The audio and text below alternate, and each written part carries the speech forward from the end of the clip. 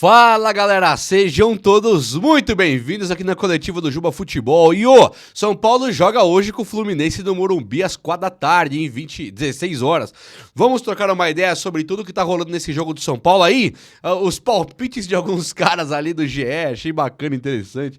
E tem também as escalações que eu vou passar aqui agora pra vocês, as prováveis, muito prováveis mesmo, e tudo que é a ficha técnica do jogo, quem que desfalca, quem não desfalca, qual que é o tricolor paulista que deve pegar esse Fluminense para tentar continuar numa sequência, né? Engatando vitória atrás de vitória aí, que o São Paulo ele conseguiu já pegar um empate fora de casa com um dos líderes do Brasileirão e depois encaixar duas vitórias importantíssimas para o futuro do São Paulo Futebol Clube. E também, meus amigos, se o São Paulo ganhar do Fluminense hoje, ele teria empatado com o Red Bull fora, desde que o Crespo assumiu. Teve o Flamengo que perdeu e empata com o Red Bull fora. Ganha depois do Corinthians, ganha do Juventude, se ganha do Fluminense, aí, meu amigo, são 15 pontos disputados, vai ter 10 conquistados em 10 disputados, é uma campanha de título, né? Não vai ganhar o título, mas pelo menos também não vai ter aquele fantasma da Série B assombrando ali o tricolor paulista. Então, ó, vem comigo aí, vamos trocar uma ideia desse tricolor, chega nesse like brabão que você me ajuda muito também, tá?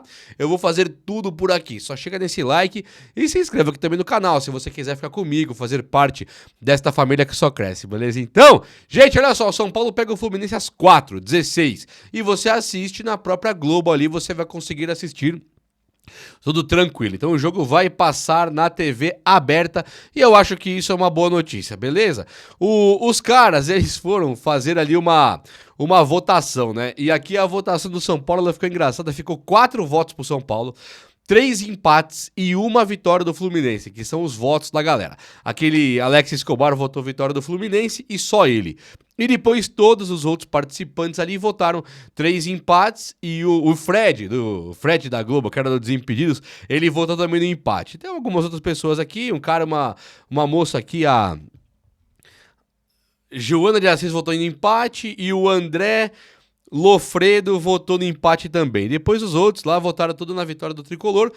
E o São Paulo, ele tem agora esse favoritismo, né, nessa opinião dessa galera que faz essa análise. Deixa eu falar do time do Fluminense, depois, também eu vi um caso engraçado, deixa eu até falar do caso engraçado aqui, os caras estavam vendo os palpites deles nos outros jogos, e aqui foi ridículo, ó. No Botafogo e Corinthians, essas mesmas pessoas aqui votaram 8 votos pra vitória do Botafogo, eles são em 8 lá, votaram 8 votos pro Botafogo ganhar do Corinthians, 0 votos pra empate e 0 votos pro Corinthians, deu 1-1 e eu também teria votado pro Botafogo. Depois, Mirassol e Vitória aqui, dos 8 caras, 7, das outras pessoas, 7 votaram na vitória do Mirassol. Um apenas votou no empate, que foi a Jéssica Sescon lá. E ela acertou, deu empate, Vitória e Mirassol. Eu também teria caído do cavalo aqui, também teria ido no Mirassol.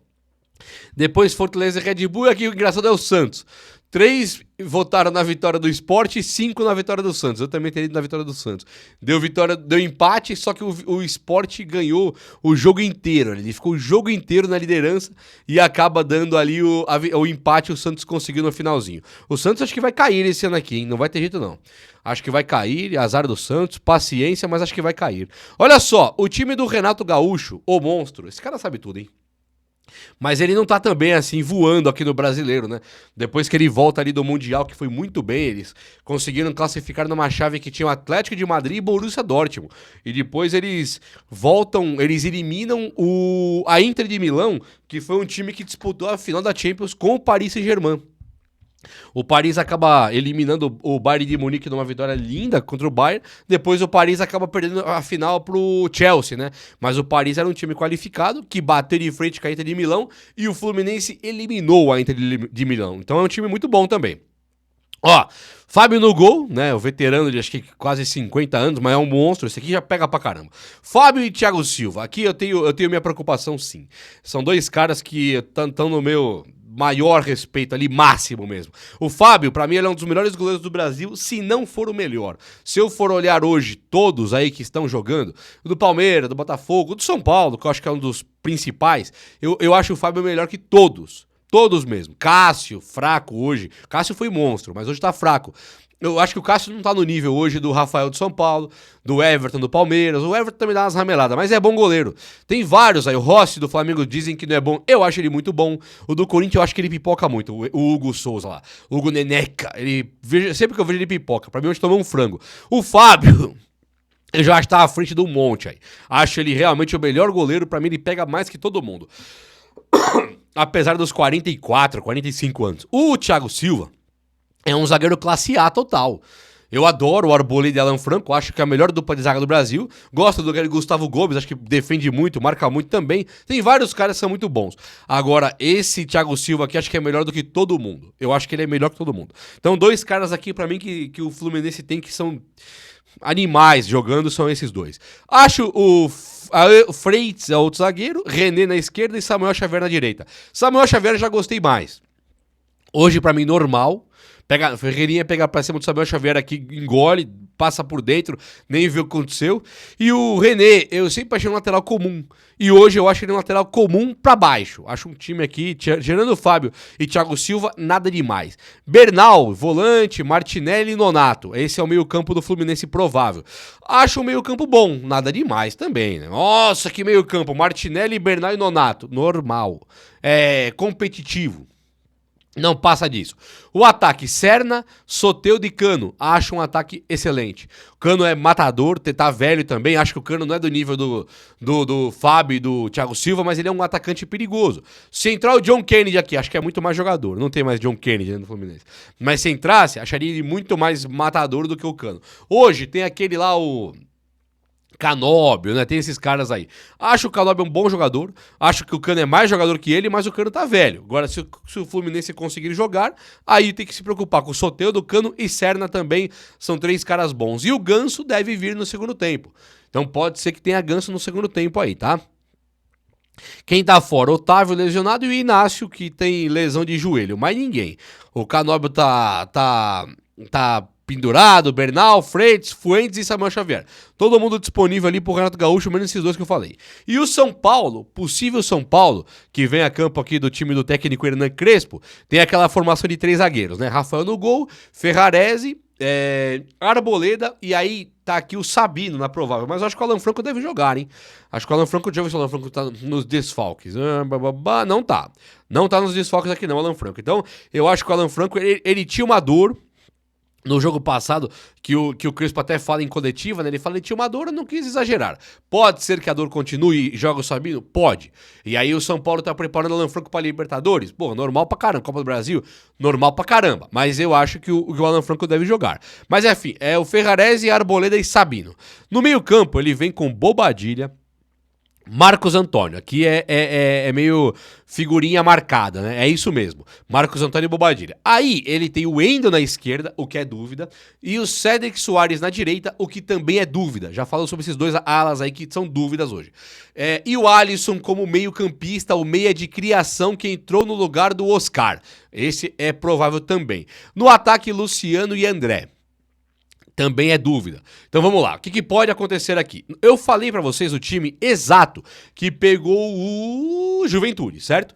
O que tem aqui que é diferente do que pegou o Corinthians? Contra o Corinthians era o time meio completinho com o Alan Franco na zaga. Quando muda pro Juventude, o Alan Franco sentiu uma dor. E aí o Crespo tirou o Alan Franco e colocou o Sabino. E o Wendel também tá no lugar do Enzo Dias contra o Corinthians e tal. Esses dois caras, o Wendel e Sabino, entraram com as contusões ali do Enzo Dias, que foi uma indisposição, e também do Alan Franco com dor no pé. E também o Alisson entrou com a contusão do Oscar. Esses três caras pegaram a vaga e tá aí. Esse é o mesmo São Paulo, então. Só que quem deve sair desse time aqui? O Cédric Soares. Ele deve dar espaço para o Bobadilha na direita. Se ele der espaço ao Bobadilha, volta o Pablo Maia. Bobadilha vai para a direita para o lugar do Cédric, é o que está sendo treinado, é o jogador provável que vai para a direita, e aí o Pablo Maia voltaria para o time. Aí teria 4 volantes, né? Um jogando de meia, que é o Alisson, um jogando de ala, que é o Bobadilha, e 2 volantes de volante, que é Pablo Maia e também o Marcos Antônio. Beleza? Essa é a mudança que pode ter no Cédric. Ele muda entre o Pablo Maia no lugar do Cédric, Bobadilha vai pra lá e o Pablo Maia fica aqui. O Enzo Dias, eu não sei se virou reserva, tá? Um cafezão quente. Não sei ainda se o Enzo Dias ele virou reserva. O que aconteceu? O Enzo Dias sentiu uma indisposição no jogo contra o Corinthians, né? O Wendel entrou e deu conta do recado. O Wendel conseguiu jogar muito bem. No jogo seguinte, que ele jogou também bem contra o Juventude, o Wendel, o Enzo Dias ele teria perdido muitos quilos. Ele emagreceu muito porque ele teve uma indisposição, deve ter ficado ali no trono, né? E aí ele teve uma perda de massa magra, porque ele não é gordo. Não tem como o cara emagrecer, um atleta de alta performance emagrecer muito, emagrecer 3 quilos e isso ser bom. Não é. Ele perde a massa magra, aquela que não pode perder, não perdeu gordura. Então ele foi poupado contra o Juventude. E agora pode ser que volte. Acho que é um erro se ele voltar. Acho que nós temos que aproveitar a boa fase do Wendel e deixar o Wendel lá. Porque o Wendel é nosso. O Wendel é um jogador que tem uma experiência de seleção brasileira e de Europa. É mais jogador que o Enzo. Então acho que o Wendel tem que jogar sim. Mas o Crespo sabe o que faz. Já no ataque, Luciano e André Silva. O que está acontecendo? Gilbão, o que está acontecendo? Por que é dúvida ali na frente? O Luciano, ele vira realmente atacante, não é meia mais. Só que o André Silva, ele pode perder essa vaga ainda para o Ferreirinha. O Crespo, no último jogo, ele tira, vamos lembrar, ele tira o André Silva e coloca o Ferreirinha. Ele pega o Luciano e coloca de centroavante mesmo, camisa 9, vai na área, vai jogar na área. Quando ele faz isso, o Ferreirinha faz a jogada do gol. O Ferreirinha dá um drible muito bom no marcador, dá um rolinho no marcador, rola pro Marcos Antônio, que rola pro Luciano, e o Luciano faz o gol. Então aquele centroavante Luciano com o ponta Ferreirinha deu super certo. O André Silva, ele tá longe de ser uma unanimidade dentre os torcedores são paulinos. Contra o Red Bull, André Silva faz 2 gols, que o Luciano deu 2 assistências, então ele foi bem. Contra o Corinthians, o primeiro gol do Luciano é a assistência do André Silva. Tudo bem que foi um passe mais ou menos de lado, mas não foi um passe tão fácil. Foi um passe um pouco mais profundo, ele deu um passe bom. Então ele não foi bem apenas contra o Juventude, né? Depois que o Crespo assumiu. Contra o Flamengo ele não conseguiu ver a cor da bola por causa da tática, e contra o Juventude ele não foi tão bem. Mas nos jogos mais difíceis, em tese, né? Contra o Corinthians e contra o Red Bull, o André foi bem. Então o Crespo tirar agora não está certo, não. Só que o Ferreirinha também vem vindo bem. Então se calhar do Crespo tirar o André para colocar o Ferreirinha e avançar ainda mais o Luciano, é arriscado, tudo bem. Não é simples não, mas ainda assim o São Paulo pode ter essa mudança e eu, Juba, sinceramente, eu gostaria de ver o ataque Ferreirinha e Luciano. Acho que o André, se sair desse time, não tem problema nenhum, tá? Olha só. Gente, o Cruzeiro tá líder ali com 34 pontos, Flamengo 33, né? Palmeiras 32 e já jogou, já ganhou do Grêmio. Red Bull tem 27, distanciou bem agora ali, porque perdeu agora o jogo pro... Red Bull perdeu Fortaleza, lá no Ceará. O Botafogo empatou com o Corinthians, também se distanciou bem do título, ali da briga pelo título. Bahia joga. Agora, o Bahia tá empatado com o Mirassol. O Mirassol faz a campanha do ano, hein? Aí do Mirassol, que tem 25, o Corinthians vem depois com 21, bem distante. 4 pontos de distância. E o São Paulo tem 19. Olha o que tá acontecendo. O Corinthians hoje, ele briga pela vaga de Libertadores, tá com a 8ª posição ali, brigando por vaga de Libertadores. Se o São Paulo ganhar, ele vai pra 22, ele passa o Corinthians, que está em 8º colocado. Será que é top pensar que o time rebaixado, o time dos 45 pontos, já tem 19, pode ir pra 22 agora? Se o São Paulo ganhar do Fluminense, ele passa Corinthians, que tem 21, ele passa o Fluminense, que tem 20, e o Inter jogou já ontem, não lembro se o Inter jogou ontem, mas ele passa, o Atlético Mineiro acho que joga hoje, né? Então ele passa, praticamente ele pode ir para o 8º hoje, dependendo dos resultados de Inter e também de Atlético Mineiro. Fica muito bom de pensar. Ceará acho que já não vai passar o São Paulo, tem 18, o Grêmio já jogou, tem 17, Vitória já jogou, tem 17, Santos já jogou, tem 15, o Vasco não pode passar mais o São Paulo, Fortaleza já jogou, tem 14, a briga para não cair, ela passa a ser agora de Ceará, Grêmio, Vitória, Santos, todos eles contra Vasco, Fortaleza, Juventude e Sport. São 4 times que estão abaixo do São Paulo, fora do rebaixamento. Mais os 4 do rebaixamento, então são 8 abaixo da gente. Eu acho que esse perigo de ser rebaixado, ganhando hoje, ele afasta, assim, morre o perigo. É quase impossível o São Paulo cair agora. Só que o São Paulo, indo agora para 22 pontos, ganhando hoje, ele fica em 8º colocado e um time igual ao Botafogo tem 26. Alguém até ontem tiraria o Botafogo do balaio de ser campeão? Alguém chegaria e falaria, o Botafogo não vai ser campeão nunca, jamais. Não, todo mundo dizia, o Botafogo pode ser campeão sim. Botafogo briga o título sim. O Botafogo tem 26 e o São Paulo pode ir hoje para 22 e ficar a 4 pontos do Botafogo, pegando uma sequência dificílima.